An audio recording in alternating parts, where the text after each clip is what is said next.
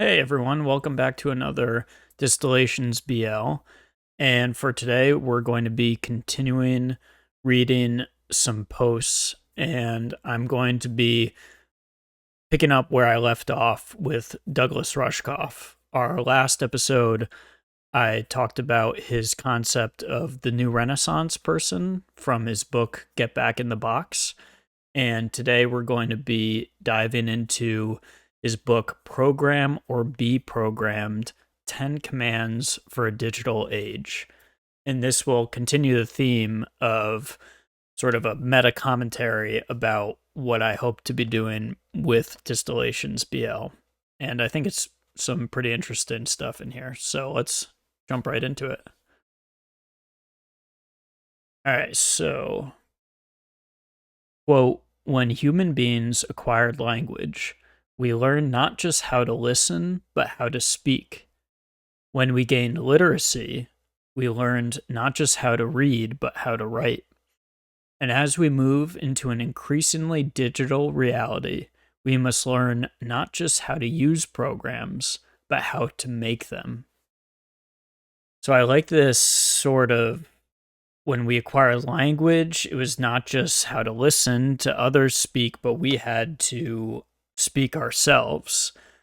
And when we gained literacy, it wasn't just reading, but we had to learn how to write in order to read better and in order to communicate.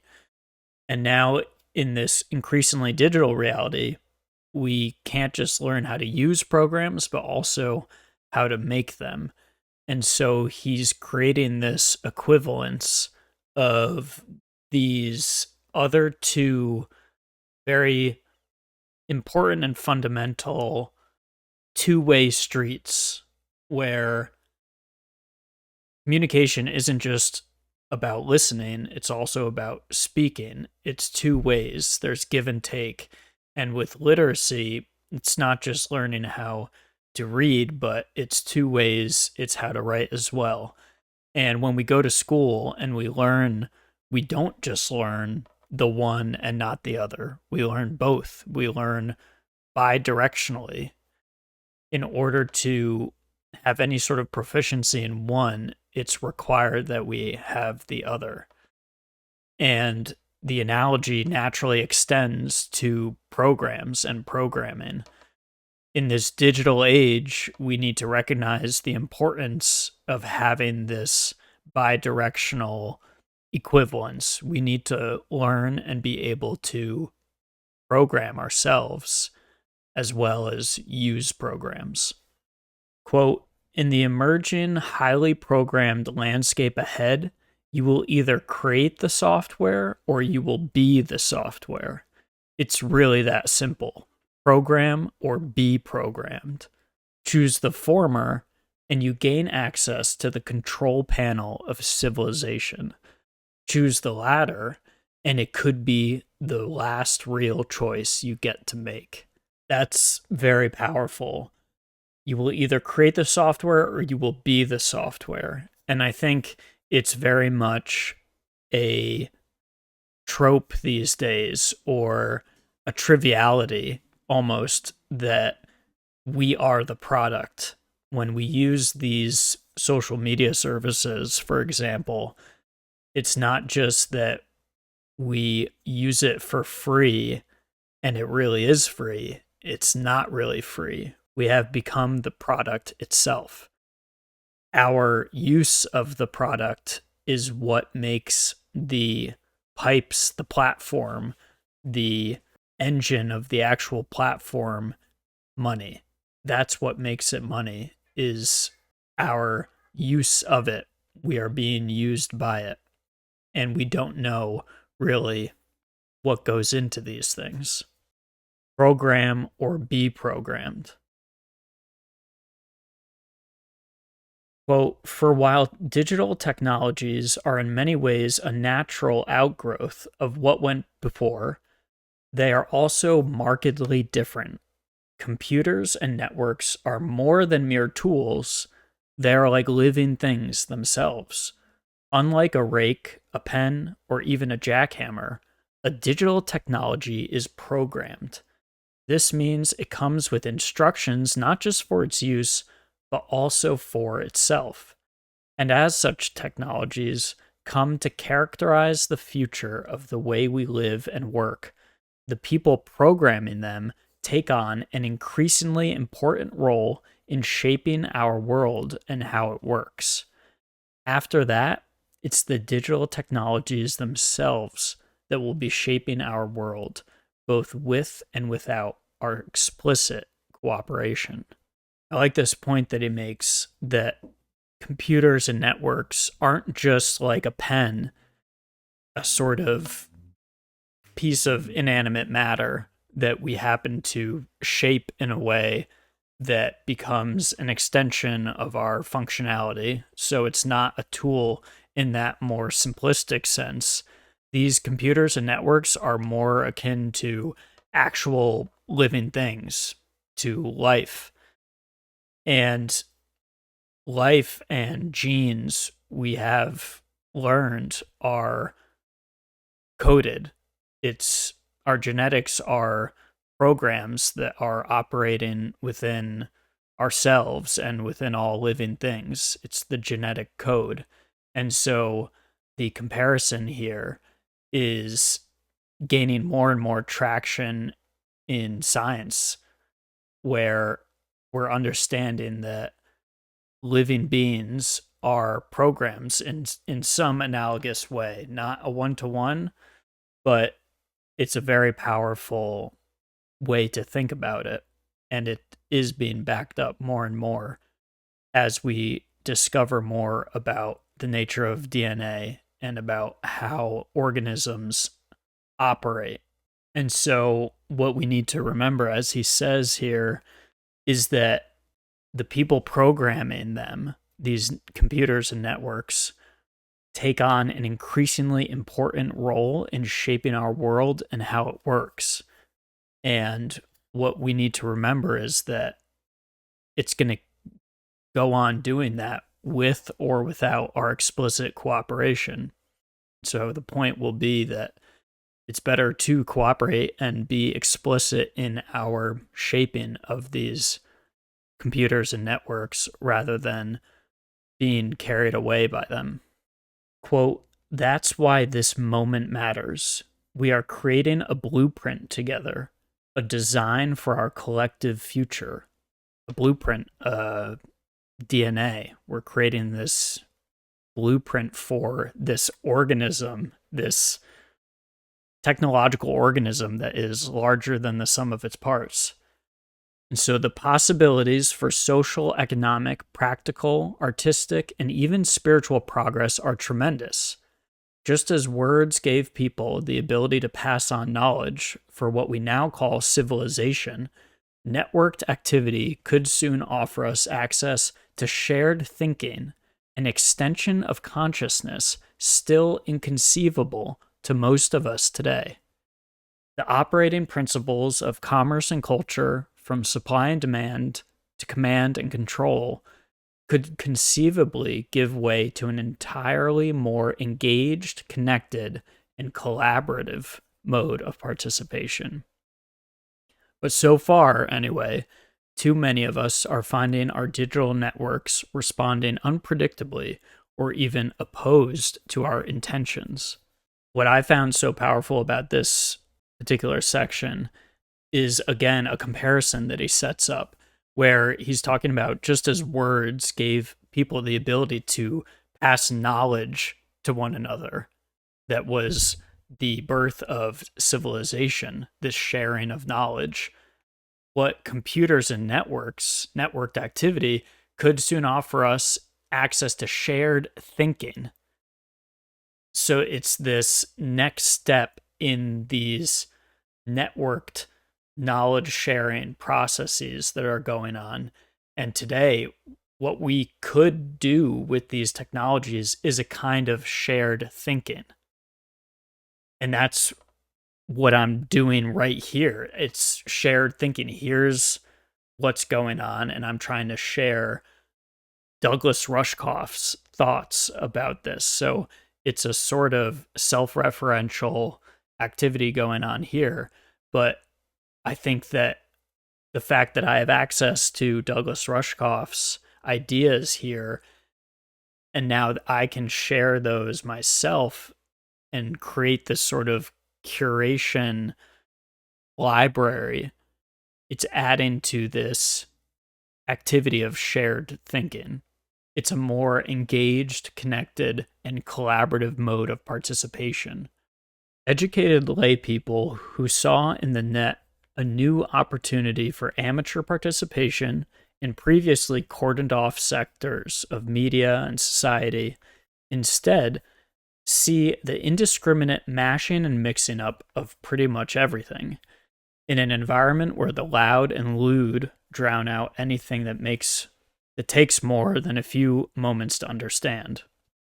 That for sure resonates in 2026. The loud and lewd are drowning out anything that takes a few moments to understand.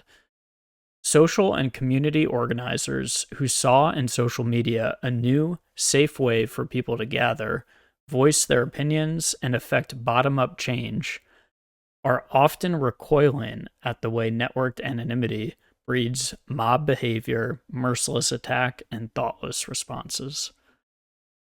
Again, very relevant to 2026. A society that looked at the internet as a path toward highly articulated connections and new methods of creating meaning is instead finding itself disconnected, denied deep thinking, and drained of enduring values. Quote, it doesn't have to turn out this way, and it won't if we simply learn the biases of the technologies we are using and become conscious participants in the way that they are deployed. Faced with a networked future that seems to favor the distracted over the focused, the automatic over the considered, and the contrary over the compassionate, it's time to press the pause button and ask what all this means to the future of our work, our lives, and even our species. And while the questions may be similar in shape to those facing humans passing through other great technological shifts, they're even more significant this time around, and they can be more directly and purposely addressed. So this part, it doesn't have to turn out this way. It's about becoming conscious participants in the ways they are deployed. This was really the rallying cry that spoke to me. I can have a say in how my use of social media affects myself, affects others around me, affects the world. I can become a conscious participant. I can, through my actual use of the medium, of the technology, I can theorize what it is or what it could be. Posting distilled bits of knowledge that I find worthy and valuable of sharing is a way of consciously participating in this medium for an end that I think is valuable. I think my use of social media and creating this distillations thing, distilling ideas and concepts that have been meaningful to me, it's similar to learning how to write with social media, as opposed to reading and consuming and just being the product of this free tool. Just reading text and never learning how to write. It's as if now I can write and articulate my own thoughts through using social media. So it's this dual use of the platform itself. It's not simply passive consumption and becoming a product. It's active participation and shaping the product and creating my own product through its use. All right, so getting back. Quote, in the long run, each media revolution offers people an entirely new perspective through which to relate to their world. Language led to shared learning, cumulative experience, and the possibility for progress. The alphabet led to accountability, abstract thinking, monotheism, and contractual law. The printing press and private reading led to a new experience of individuality, a personal relationship to God, the Protestant Reformation, human rights, and the Enlightenment. With the advent of a new medium, the status quo not only comes under scrutiny, it is revised and rewritten by those who have gained new access to the tools of its creation.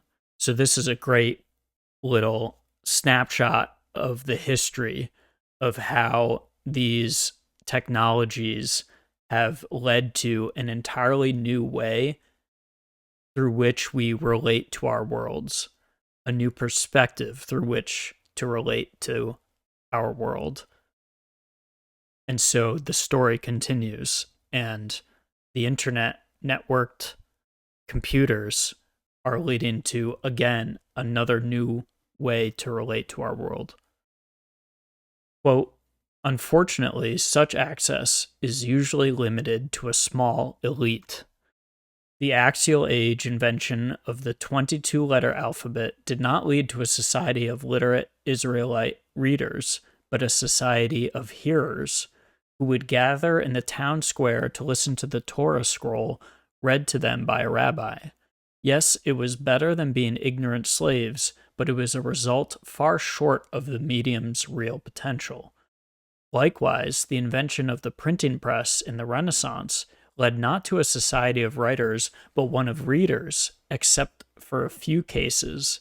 Access to the presses was reserved by force for the use of those already in power.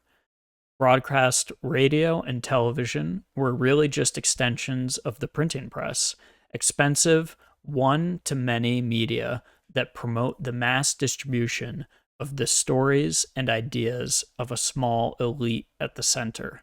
We don't make TV, we watch it. Computers and networks finally offer us the ability to write, and we do write with them on our websites, blogs, and social networks.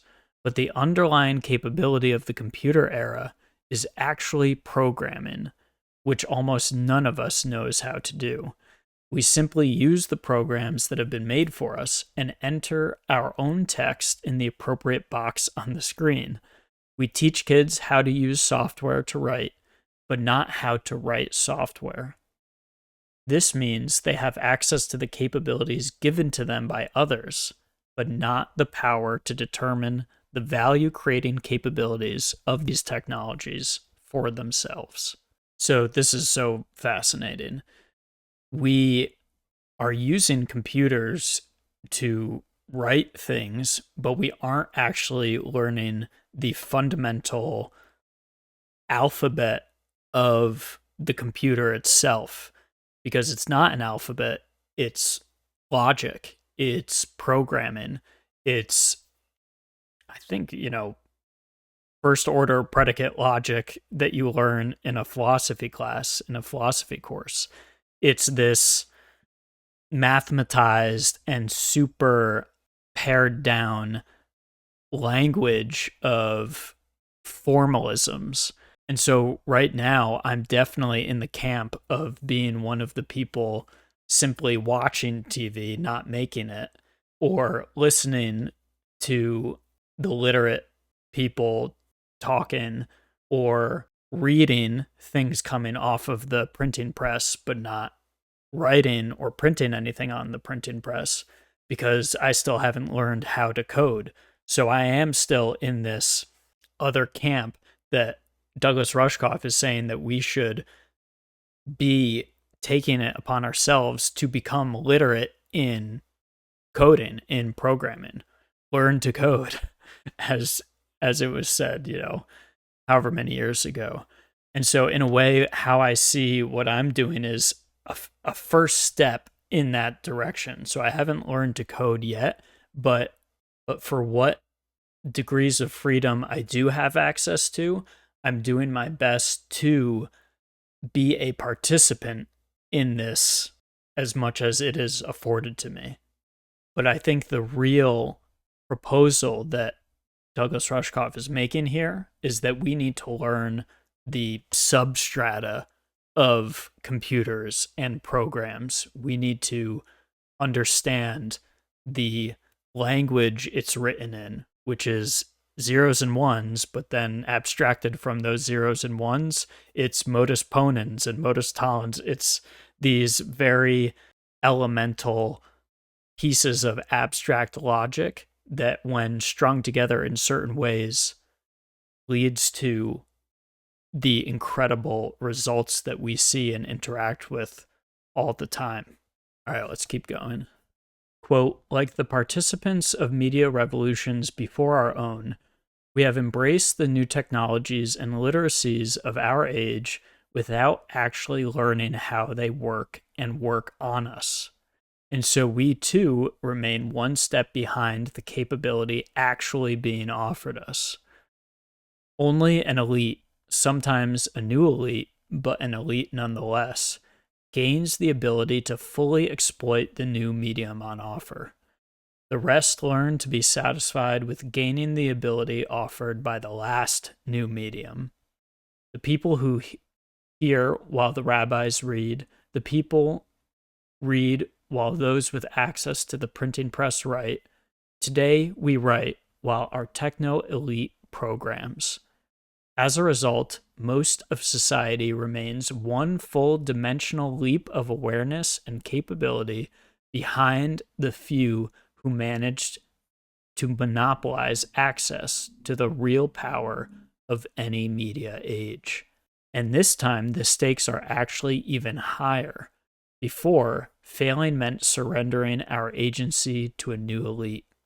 In a digital age, failure could mean relinquishing our nascent collective agency to the machines themselves.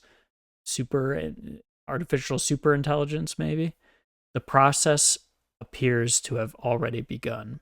So we are just perennially one step behind the game. There is always a small number of elite for whichever media revolution comes along that are the ones learning how to actively engage and participate and be the authors of those new media in this new world. And the vast majority of us are just always the participants, not the participants, the consumers, the passive consumers as opposed to active participants. So there's always going to be this fundamental disadvantage going on where if we don't understand the nature of creating the media that defines our age, we will never be able to have a say and shape how this media evolves into the future. And maybe I'm taking a leap now, but maybe even having a say in the shape of the next media revolution. Because there must be some kind of causal line from the last one to the next one. Quote, as a result, instead of optimizing our machines for humanity, or even the benefit of some particular group, we are optimizing humans for machinery. And that's why the choices we make or don't make right now really do matter, as much or more than they did for our ancestors contending with language, text, and printing. The difference is in the nature of the capability on offer, namely programming. We are not just extending human agency through a new linguistic or communications system. We are replicating the very function of cognition through external, extra-human mechanisms. These tools are not mere extensions of the will of some individual or group, but tools that have the ability to think and operate other components in the neural network, namely us. If we want to participate in this activity, we need to engage in a renaissance of human capacity, nothing short of, actually more significant than, the assumption by the Israelites of a new human code of conduct capable of organizing what had been pre-literate tribes into a full-fledged civilization. The Torah was not merely a byproduct of text, but a code of ethics for dealing with the highly abstracted, text based society that was to characterize the next two millennia. So I think without a doubt, we are right in this very profound moment where the future is being determined by these media revolutions that are taking place.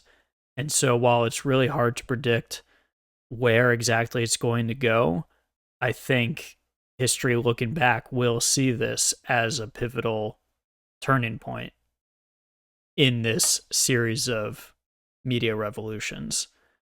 And so Rushkoff talking about an entirely new code of ethics that goes along with the technology seems very high stakes and consequential. I mean, an entirely new code of ethics that's a lot. That's asking a lot, and maybe that will come about, and maybe that's really what he's asking for, is for us to participate in a revolution of that scale. That seems maybe too high stakes, but maybe not. I don't know. That's an open question, I think. Is that the moment that we're living through? Is the creation of some kind of new way of life? However, I have to say, even just noticing the evolution from TV, cable TV, growing up watching cable TV, to now podcasts, and this real democratization of people being able to create their own podcast and add their voice to the ecosystem that really was restricted not that long ago. I think even in that shift from a managed or performative communication style is already giving way to a more authentic, as people call it, and less managed and more spontaneous. And the gap between how one conducts themselves with their friends, just hanging out, and how they present themselves on a podcast, that gap is shrinking. And so maybe that is even gesturing at some kind of conduct transformation that's happening because of the change in the media and the access being widened to more and more regular people, the elite sort of being dissolved or democratized. So, quote, "As one who once extolled the virtues of the digital to the uninitiated, I can't help but look back and wonder if we adopted certain systems too rapidly and unthinkingly, or even irreversibly. But those of us cheering for humanity also get unsettled a bit too easily ourselves. We are drawn into obsessing over the disconnecting possibilities of technology, serving as a little more than an equal and opposite force to those techno-libertarians celebrating the Darwinian wisdom of hive economics. Both extremes of thought and prediction are a symptom of thinking too little rather than too much about all this. They are artifacts of thinking machines that force digital, yes or no, true or false reconciliation of ideas and paradoxes that could formally be sustained in a less deterministic fashion. Contemplation itself is devalued." I think that there is also a tendency or a knee-jerk reaction to get a little too caught up in the disconnecting possibilities of technology, and it's a bit reactionary. And while some of the ideas and directions of the techno-libertarians celebrating this wisdom of hive economics, and I've seen, my fair share of that, there might be an even deeper layer of more thoughtful reflection and thoughtful active participation in the future of these things that aren't just reactionary or binary. Because in a way, if you fall into that knee-jerk reaction of just being pessimistic, a Luddite about all of this stuff, you are sort of reinforcing the yes-no binary false dichotomy of the situation itself, where what we should be exploring are the gray areas and seeing how we can create more gray, perhaps, or more depth, at least more depth in how we engage with these networks and computers and social media. Increase the contemplation, if you will. Quote, the sustained thought required now is the sort of real reflection that happens inside a human brain, thinking alone, or relating to others in small, self-selecting groups. However elitist that may sound to the techno mob, freedom, even in a digital age, means freedom to choose how and with whom you do your reflection. And not everything needs to be posted for the entire world with comments on and copyright off. In fact, it's the inability to draw these boundaries and distinctions, or the political incorrectness of suggesting the possibility, that paints us into corners and prevents meaningful, ongoing, open-ended discussion. And I believe it's this meaning we are most in danger of losing. No matter the breadth of its capabilities, the net will not bestow upon humans the fuel or space we need to wrestle with its implications and their meaning. We are aware of the many problems engendered by the digital era. What is called for now is a human response to the evolution of these technologies all around us. We are living in a different world than the one we grew up in, one even more profoundly different than the world of the alphabet was from the oral society that existed for millennia before it. That changing society codified what was happening to it through the Torah and eventually the Talmud, preparing people to live in a textual age. Like they did, we need to codify the changes we are undergoing and develop a new ethical, behavioral, and business template through which to guide us. Only this time, it must actually work. So here now, it's maybe a bit confusing because it seems like Rushkoff is proposing more restricted communication in more salon type, walled garden type, selective grouping of interlocutors. So on the one hand, we should become active participants, engaged, learn the literacy of today, which is programming and coding. And yet at the same time, there should be perhaps more private discussions in order to foster more depth. I think that's probably going on right now. Maybe my gut reaction to that is that something that's good is that more of those kinds of conversations that used to happen behind closed doors, just more natural thinking through of different topics and having thoughtful conversations, is happening on a more public scale.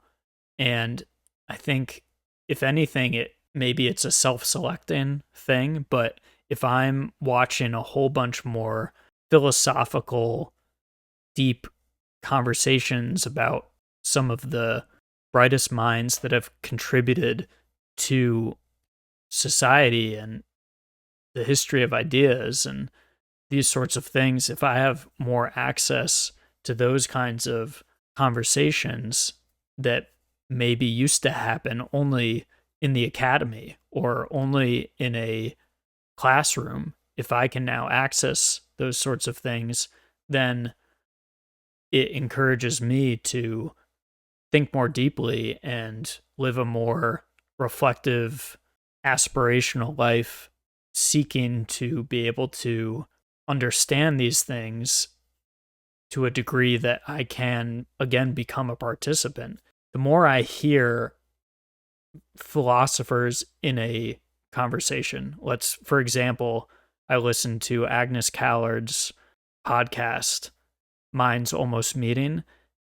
I forget the other person that she talks to. He's a PhD, I'm sure. He's a academic, And the level of their conversations is so far beyond my comprehension. Like, it's just insane. I listen to these things and I'm just sort of barely following along, just kind of getting a hint at what the back and forth is. But then to me, that calls to me, I want to be able to understand what they're saying. I don't quite get it, but one day maybe I will.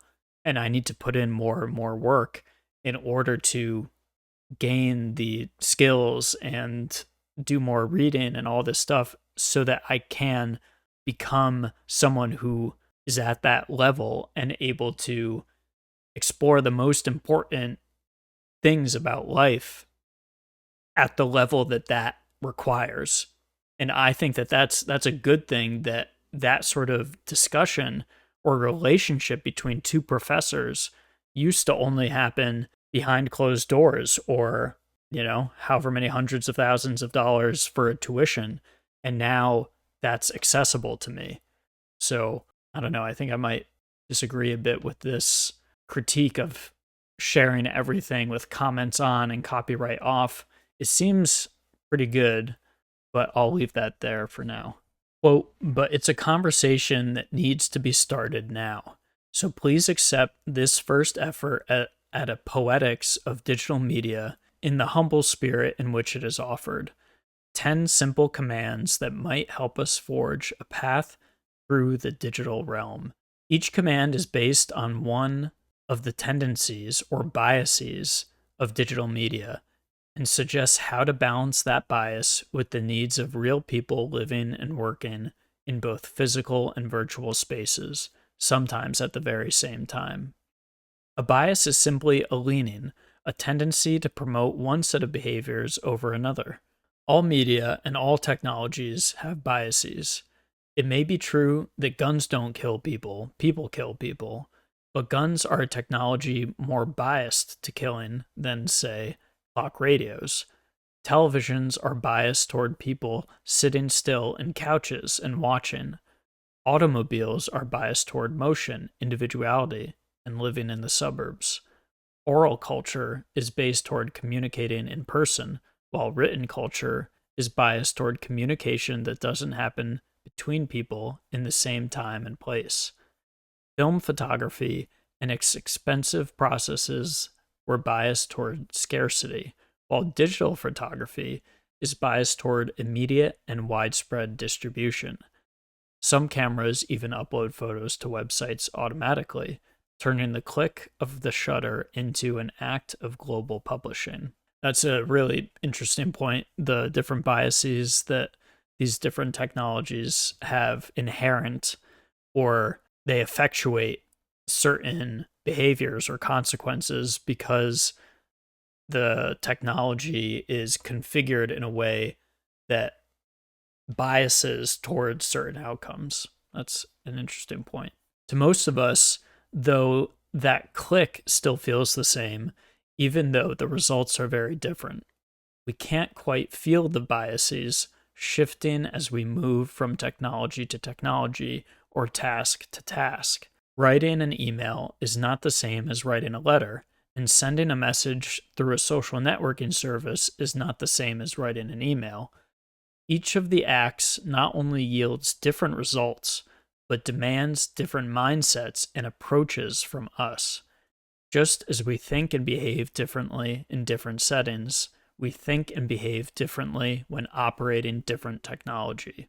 Only by understanding the biases of the media through which we engage with the world can we differentiate between what we intend and what the machines we're using intend for us, whether they or their programmers even know it. All right. So that's the end of that series of quotes from Rushkoff's Program or Be Programmed. That last point, that each technology with its inherent bias demands different mindsets and approaches from us, is noteworthy and speaks to, again, what it is that I'm attempting with distillationsbl.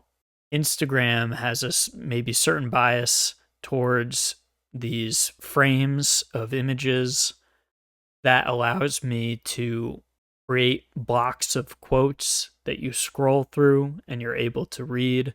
And if I want to start TikTok, it would be very speaking heavy. YouTube, I'm trying to navigate these biases, and I've become very comfortable with creating a series of images that's uh, blocks of quotes and just allowing the person that likes what I share to just read, and it doesn't actually really demand anything on my part other than the curative process, the distilling process of finding the quote that spoke to me, and now I'm going to turn it around, edit it a little bit, make it appealing as I can, and then with the hopes that maybe it speaks to someone else in a similar way or speaks to them in a different way that provides value. That is a bias of this particular social media, it's the medium itself that is biasing towards this behavior and this particular relationship between creator and consumer or what have you. Other platforms bias towards other kinds of behavior, and to build something through all of these different kaleidoscopic networks of computers, of technologies, and then the camera got added to the computation, and the audio microphone gets added, and all these things come together in all these complicated ways and creates this navigation problem. But what, again, I hope to be doing is steering at least my content creation, in a way that allows people to see what's behind just the picture of me. Instagram used to be a place for pictures of people out with their friends doing whatever. When I first started a personal Instagram way back in high school, it was, here's a picture of me socializing out with friends. But unless you knew who I was, you had no idea what my interests were. You had no idea what was happening behind the face, behind the pictures. And it really was sort of a surface level social experience. And so with something like this, what I'm hoping is that you get to see more of the things that I would say make me me.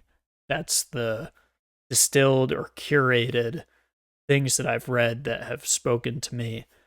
And I guess my hunch is that if we took Rushkoff's advice with the idea of the new Renaissance person, or program or be programmed, and we all took a more active role in sharing kind of what's going on behind, either sharing what we consume in an effort to create a sense of who we are beyond the images, more of the ideas that shape who we are, or creating products, learning how to program and creating our own programs that can really, even programming would take then another step in really shaping how people interact with these technologies.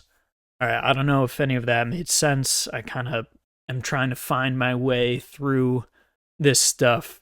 I mean, I think just the value of what I read is there for itself. That's self-explanatory. It really, I loved reading Program or Be Programmed by Rushkoff, and I hope you found value in it. I don't know how much my extra commentary added, but that's what I'm doing here. So like, comment, subscribe. If you found this interesting, valuable, resonant in some way or another, share with someone else you think this may resonate with. I appreciate anything like that. I'm really kind of at the beginnings. I've been doing the stuff on Instagram for 8 years now, but on YouTube and a podcast, and I just started a Patreon, all this other stuff. I'm really at the beginning here. So So, any help is greatly appreciated. All right, that's it for today. Thanks for tuning in. See ya.